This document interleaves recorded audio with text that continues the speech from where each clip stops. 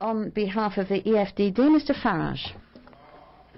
I've been wondering why David Cameron's been slashing our armed forces, won't commit to 2%, is happy for us not to be able to defend our islands. I think Mr Juncker's given us the answer. We're going to do it at an EU level. We're going to have a European army. Now, when I raised this last year with the Deputy Prime Minister, Liberal Democrat Nick Clegg, he said it was a dangerous fantasy to even talk about an EU army. I hope every Liberal Democrat voter has heard Mr Verhofstadt today, the leader of the European Liberals, crying out for militarisation at an EU level.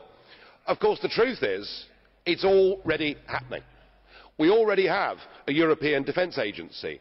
We already have EU battle groups on active service all over the world. We already have an EU Navy active against the Somali pirates, and who can forget Eurocorps here in Strasbourg last year, virtually goose-stepping that ghastly flag round the courtyard outside. And of course the Lisbon Treaty, Article 28, provides for all of this. Tony Blair was right. He said the European Union is not a project about peace, it's a project about power. And I think Mr Juncker is trying to seize on an opportunity. We ourselves in the European Union provoked the conflict through our territorial expansionism in the Ukraine. We poked the Russian bear with a stick, and unsurprisingly, Putin reacted. But this now is to be used as an opportunity to build a European army. And when? Mr Verhofstadt, I know that by heckling you increase your hits on YouTube, because otherwise nobody in Europe wants to listen to you, and the President really ought to let me speak. Just a moment, please. Just a moment. Thank you. Mr Farage, just a moment, please. Just a moment, please. Just a moment. Mr Verhofstadt, I turn to you. I have to ask you, please, to calm down. You may not like this speech, but we are Democrats and we listen to you too. So please do not interrupt. Well, we certainly are Democrats, and we've never shouted you down, but you always try and shout us down. The point I was making is this: the opportunity is being seized, and Mr Juncker said we must convey to Russia that we are serious. Who do you think you are kidding, Mr Juncker?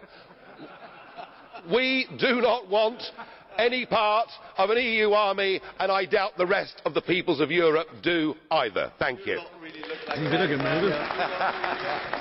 Well, it's a bit of fun. Nature.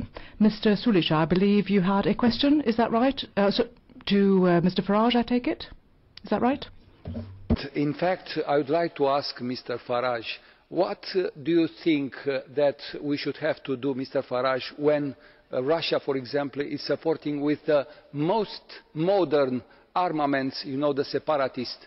Do you, as an European Union, have to do something to support Ukraine, to fight in the eastern Ukraine, or do you think that we should have to wait to fight on the western Ukraine for the stability of Europe? Don't you think that we together we have to send a clear message of solidarity and unity of the European Union, considering this important subject? Thank you. Speech. We, through our territorial ambitions, provoked the overthrow of an albeit corrupt but democratically elected leader in the Ukraine. We have provoked this crisis. Now the question you ask is, what do we do from here?